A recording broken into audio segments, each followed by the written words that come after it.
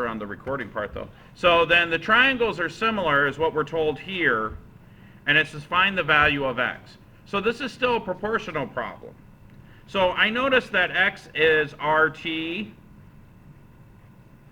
right? And I'm just going to pick RS, and oops, not RA, RS. And I'm going to pick RS, and then I'm going to set up my proportion. Now RT, here's a little trick. They didn't give us the labels. But how many arcs does R have? 1. On this triangle ABC, which one has 1 arc? A. So A corresponds to R. Now T, we're gonna see what corresponds to RT. T has 2 arcs. On ABC, what has 2 arcs? B. So RT corresponds to AB. Does that make sense how Mr. Adams figured that out? I gotta set up my proportion right. I know everybody in here can do the algebra part of the proportions, but I gotta set it up right. Okay?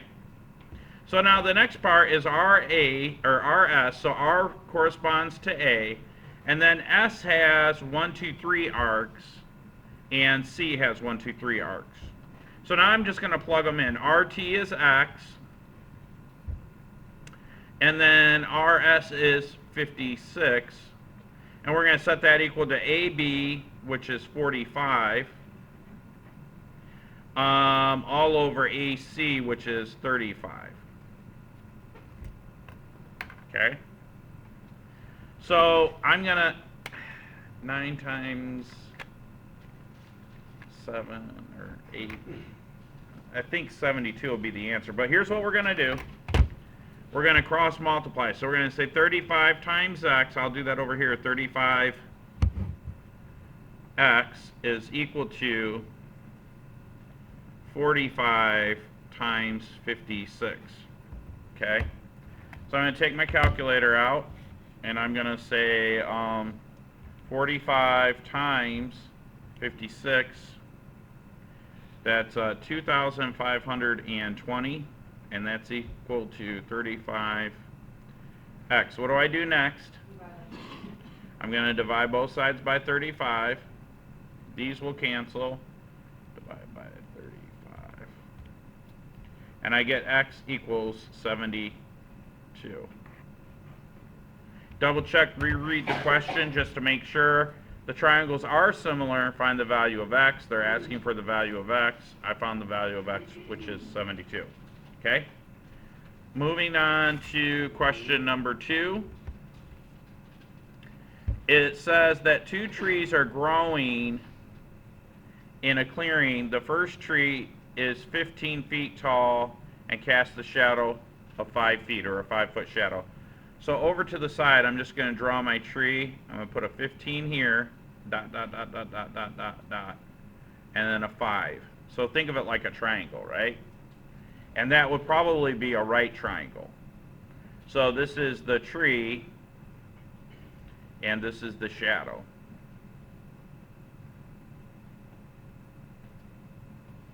Okay? And if I wanted to make it proportional, my tree should be bigger, right?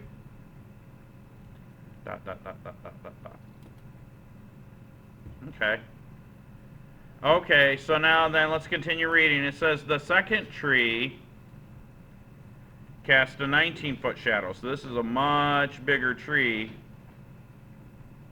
and its shadow is 19 feet.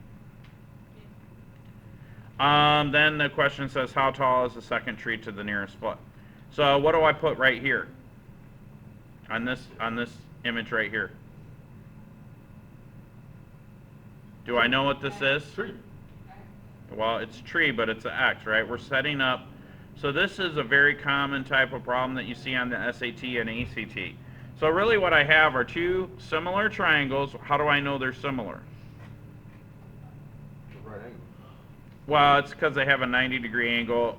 Well, actually, technically, I don't. But the publisher probably should have made it clear that they were similar figures. But it's a 90-degree angle. And we know that they're similar because when you cast the shadow, the sun's so far away, the angle, this angle here should be congruent with this angle here. Okay. So now what do I do to solve that? Well, I could say x over 19. Now what corresponds to x? 15 over what? 5. Now to solve this thing, I'm just going to say 5 times x, right? We're just cross multiplying, is equal to 19 times 15. So I'm going to get out my handy dandy calculator. I'm going to say 19 times 15 is 285. So on my next line, I'm going to say 5x is equal to 285. What do I do next? Divide by 5. And then I'm going to get some number, 57. So x equals 57. So then you could say your tree is how tall? 57 feet. Thank you. That's what I was looking for. Okay? And we'll just separate that work. All right, so now let's move on to the next one. It says, yes? It says to the nearest tenth. What does that mean? Well, if when I divided this, if I had a decimal, I would round to the nearest tenth. But since it came out to a whole number, we don't have to round. Okay? That's a good question. Or statement, or both.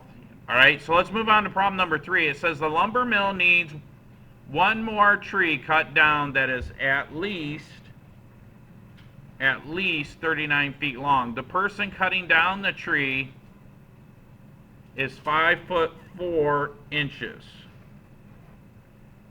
Using the shadows to determine the tree is tall enough, the person stands next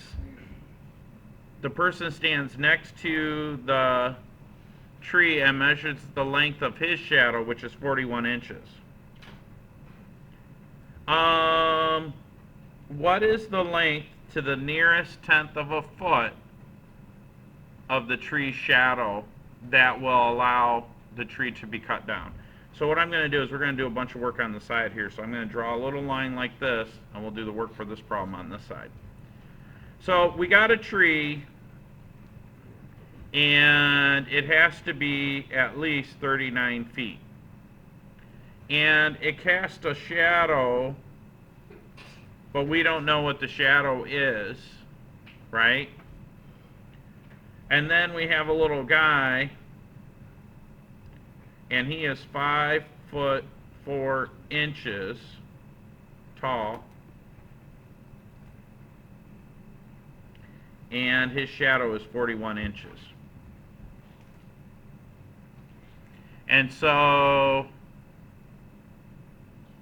the question is, what is the length of the shadow of the tree got to be to make sure that it's tall enough? So he isn't tall enough to measure the height of the tree. Does that make sense?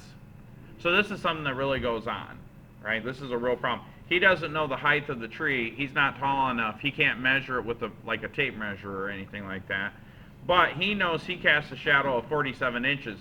He could probably measure the length of the shadow because it's on the ground, and he could probably use a tape measure, and it's not. So what he's going to do is he's going to set up this proportional problem because they both form a right triangle. And because the sun is so far away, this angle here and this angle here will be congruent. Does that make sense?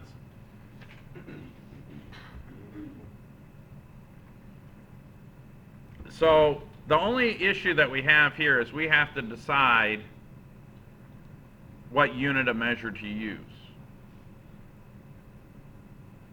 It's in inches and feet. So let's convert everything to inches, and then at the end we'll convert everything back to feet. Okay? So first thing I need to know is what is 39 feet in inches? Well, I'm going to multiply that by the conversion ratio. Now I know for a fact that 12 inches equals 1 foot, and I can represent that two ways. I could say 12 inches over 1 foot, or I could say 1 foot to 12 inches. Now, what I want to do is I take the unit that I'm starting with, and I want to cross-cancel the units. So because I want to cross cancel the units, I'm simply going to put the 1 foot down here because that allows me to cross cancel, and then the 12 inches up here. Now because feet has canceled out, then my answer will be in inches. So I'm going to say 39 times 12, that equals 468 inches. So the tree is 486 inches. Or 68, I'm sorry. So when I set up that ratio, I'm going to use the 468 instead of the 39. Now for this person, 5 feet 4 inches, if I follow that same logic, 5 feet times 12 inches over 1 foot, I'm just going to get 5 times 12 because the feet cancel, and that's going to give me 60 inches, right? Does that make sense? So then I'm going to say 468 inches all over x is equal to, now I've got 5 feet equals 60 inches, but he's 5'4", so he is actually 64 inches tall, right? And then the shadow is 41 inches. I'm going to stop and pause right there, and I want you guys to think about that. Do you guys have any questions about what I just did and how I set things up? Okay. So now what do I do to solve this? I'm going to cross multiply. So I'm going to say 64 times x is equal to 468 times 41. So if I say 468 times 41, I get a pretty big number.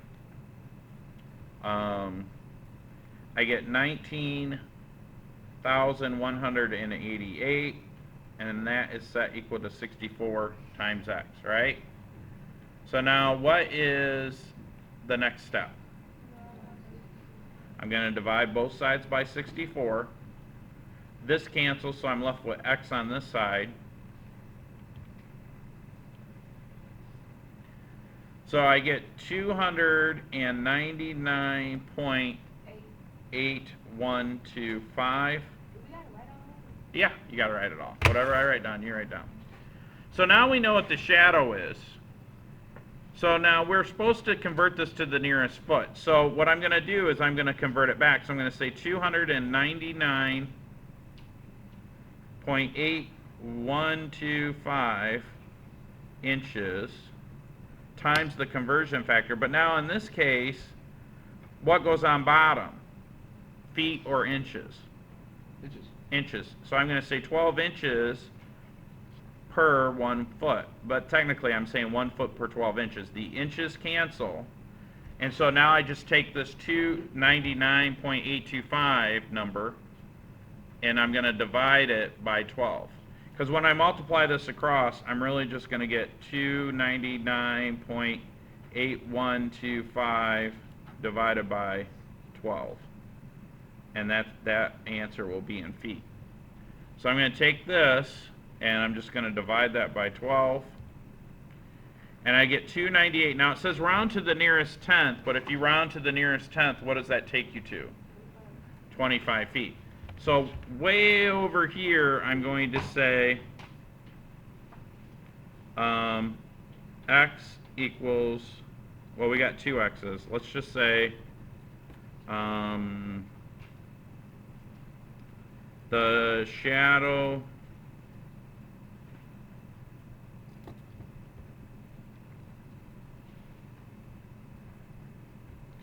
must be at least 25 feet. Does that make sense? So we're going to write the shadow must be at least 25 feet. Okay? Any questions on that? All right, let's keep moving. So now for problem number 4, for problem number 4, it says find the value of x. Again, this is just a proportional thing. Again, they label it, so they tell us what to do. So x is going to be kn, and I can pick any other value. So I'm just going to pick ku, and we got to set that equal to. Now k corresponds to s, and n corresponds to e. So I'm going to say se. Again, k corresponds to s, and u corresponds to y. So now I'm just going to plug my values in. Kn is x, all over ku, which is 24. Se is 30.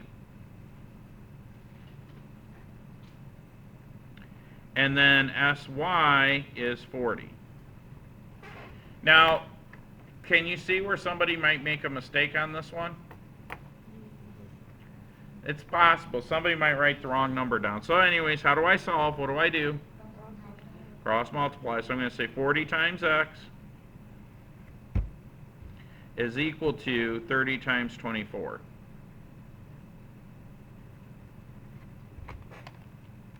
I'm going to clear this out. Oops. I'll just put it over here.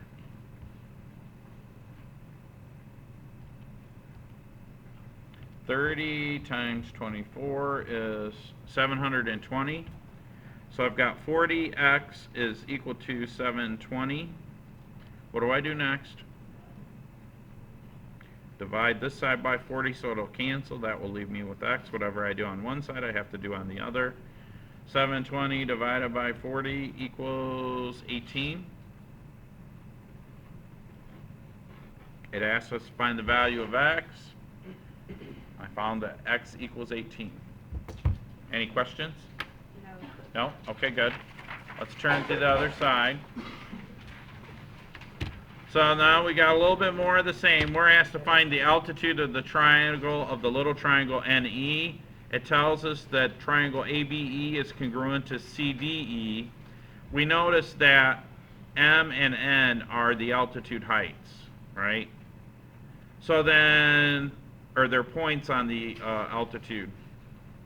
So then what I'm going to do is I'm given MB on this triangle, and I'm given ME. So I have this value and this value. That's all I'm given. I notice that ME corresponds to NE, which is what I got to solve for, right?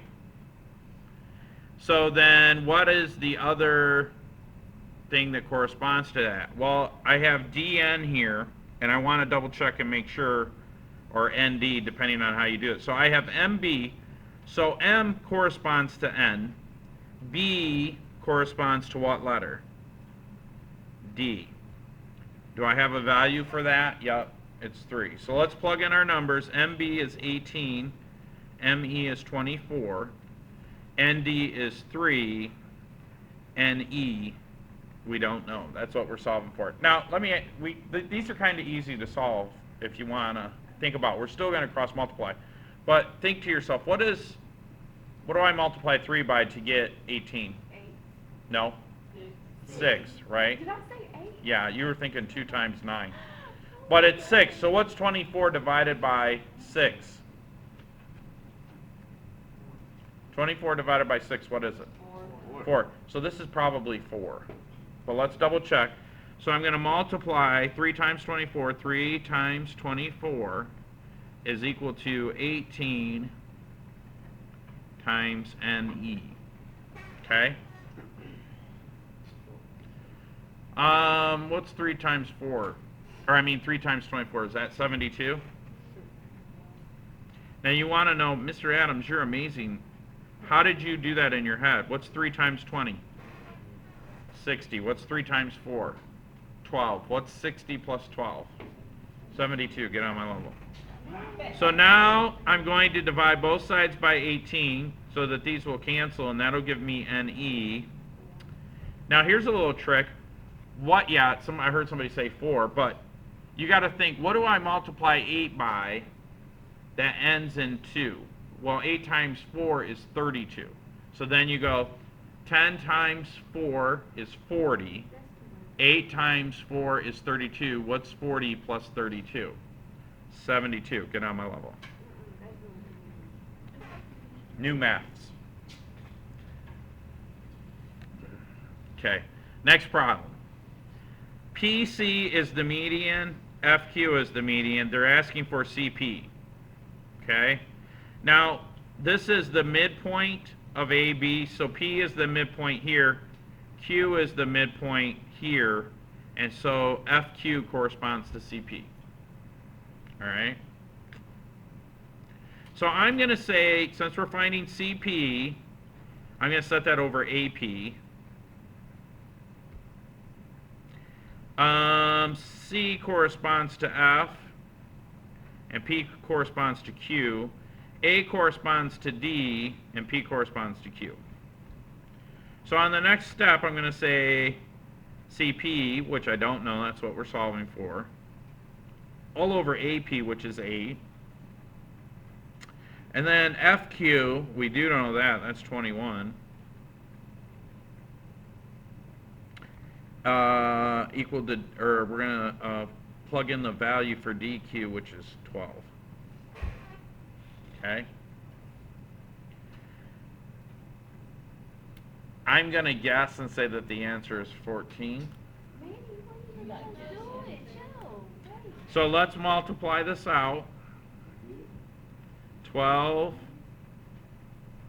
times CP is equal to 8 times 21.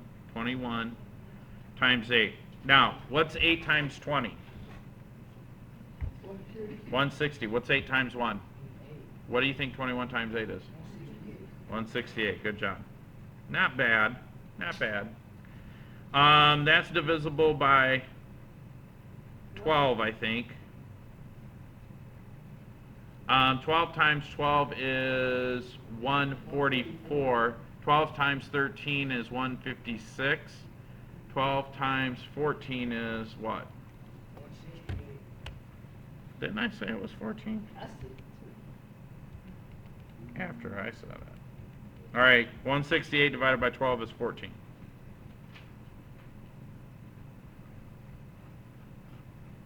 Does that make sense? Good job. I was talking to myself. Problem number 7. Same thing, except what's different? Yeah, so I'm going to use the exact same setup. CP over AP is equal to FQ all over DQ. Except now we have algebraic expressions. So CP is going to be 6x minus 36 all over AP, which is 8, and that's equal to FQ, which is 2x plus 8 all over DQ, which is 16. So we got to solve for x and then plug it back in to find the value of FQ. Oh man, so we got to cross multiply. So I'm going to say 16 times this stuff. 16 times the quantity 6x minus 36 is equal to 8 times this stuff. Notice that I put the 8 on the outside of the parentheses, and I take this expression and I put it in parentheses. The reason I want to do that is because I have to remember to distribute that 16 and that 8 through both terms. 16 times 6x, I think that's 96. 16 times 6, that's 96x minus 36. So 16 times negative 36 is negative 576 is equal to 8 times 2x is 16x. You put 9x, it's 96. Oh, yeah.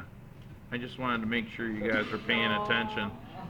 So then 8 times positive 8 is a positive 64. Okay, cool. So I'm going to subtract 16x because I want to move the x along with the 16. So the easiest way to do that is to subtract. So if I have 16x here and I minus 16x, if I have 16x's in my hand and I take them away, what am I left with? 0. So because I subtracted 16x on this side, I have 0 x's, and then I'm just left with the 64. But whatever I do on one side of the equal sign, I have to do on the other. So 96 minus 16 is 80 x's. Minus 576. So what do I do next? Subtract 576. You're both right. As long as I do it to both sides of the equal sign. But we're going to add 576 because we're going to try and isolate the x. So we're going to do this to both sides. So I'm going to say 576 plus 64 is 640. Oh, that worked out good. What do I do next? Divide by 80. And I get x equals what? 8. Good, we're done, right? No, we're not done. Dang it. So we're not done. What do we have to do? We have to plug x into this. So I have to say, so let me write this out a little more formally. We have to find FQ. So let's just say FQ is equal to 2x plus 8. We know that x equals 8, therefore FQ equals 2 times 8 plus 8. Well, FQ then equals 16 plus 8, which is equal to what? 24. Does that make sense?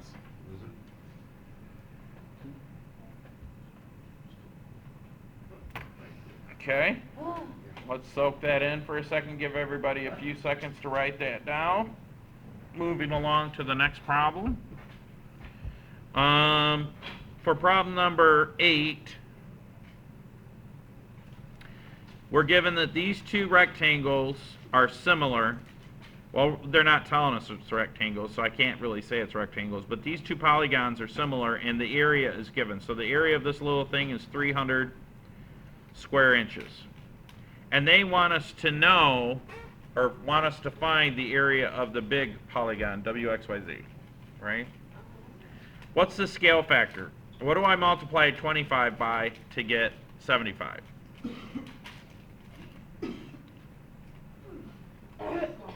Huh? I misspelled factor. That's hilarious. 3, right? So my scale factor is 3. Now, that's for what? How many dimensions? 1 dimension. What is area? So the scale factor for the area is what? No.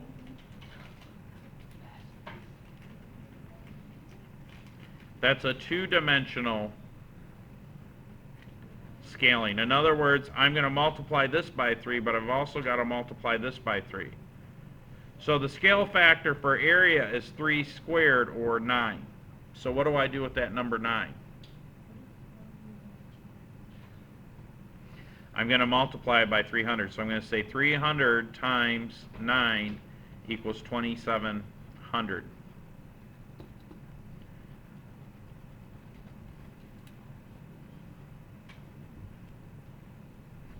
Square inches. Does that make sense?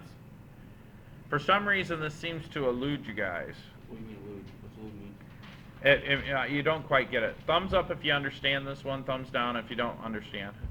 Okay, that's what I thought. Okay. We'll just keep practicing.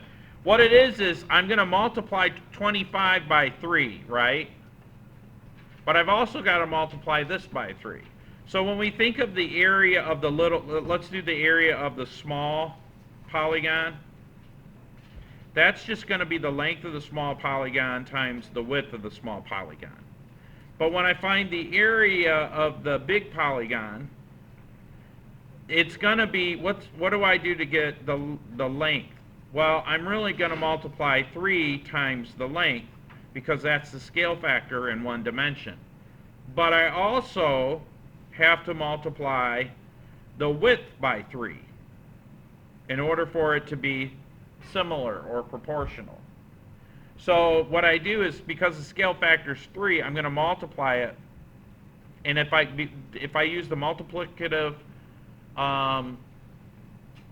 commutative property, I can rearrange this to say 3 times 3 times the length times the width.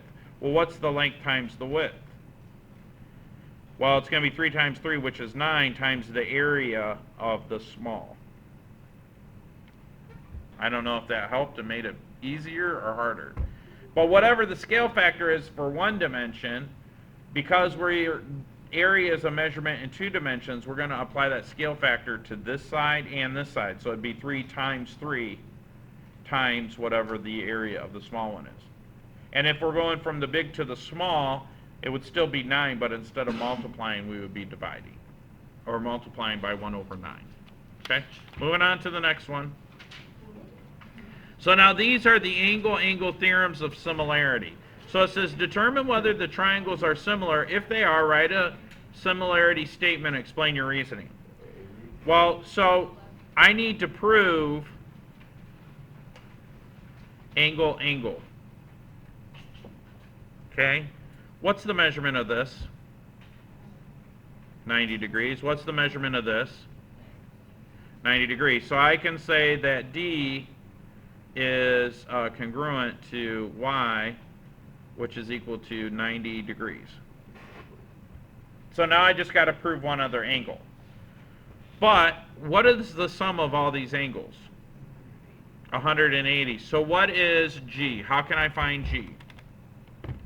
Because clearly 51 and 39 do not equal each other. So to find G, what I'm going to do is I'm going to say 180 minus 90 plus 51. Right? Does that make sense? That's how we find the measure. And so this is 39 degrees. So now I can say, oh, I wrote this down wrong. We could say angle A, whoops, angle D is congruent to angle Y, and they both equal 90. And then I can also say the measure of angle G is equal to the measure of angle J. So we would say similar by angle-angle theorem of similarity. Okay? So if I could take 2 triangles and find 2 angles that are congruent, maybe I got to do a little math to prove that they're congruent, then I can say they're similar by AA. Formally, you should probably say triangle GBD is similar to triangle JF. Is that a V or a Y? Okay. Does that make sense? All right, let's do the next one. So now on this one, it's the same question, just different numbers. So we want to prove by angle-angle. So this is, what's 20? Let's find out what K is. I don't think this is going to be congruent. So to find out what K is, I'm going to say 180 minus the sum of the other two, which is 76 plus 26. So that means that this angle here is 78 degrees. And I see that there's a 26 and a 26, but I need one more angle to prove it. So now to find the measure of angle P, I'm going to say 180 minus 26 plus 80, right? So this is 74. Do I have a second angle? No. No. So we would say not similar. And then you could say cannot prove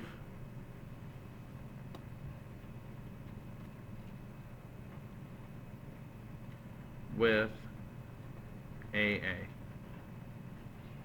If I would have found one more angle that was similar, I'd be good. Now on this one, problem number 11, this is kind of easy. I have 29 and 29, so I need to prove two angles. So I can say that the measure of angle P is equal to the measure of angle S, right? Which is equal to 29 degrees. Now I don't necessarily need to know the number, I just need to know that they're congruent. Can we prove another set of angles are congruent here? Hold on. Wait. The vertical angles. So I know that this is congruent to this. So let's write it this way. The measure of angle PTQ is congruent to the measure of STR. And I don't need to know the number. Do I have two angles? Yes. So I could say triangle QTP is similar to triangle RTS by angle-angle theorem of similarity. Okay? All right, we're almost done, kiddos. We are done. Are we? Turn to the back page. I know you lying. Turn to the back page. This is very important. I want you first, this is a geometry class. I want you to draw a circle like this. And then I need you to draw a circle like this. And then a circle like this. And then we're going to make an arc like this. Sure. Then turn your page this way. Now we're done.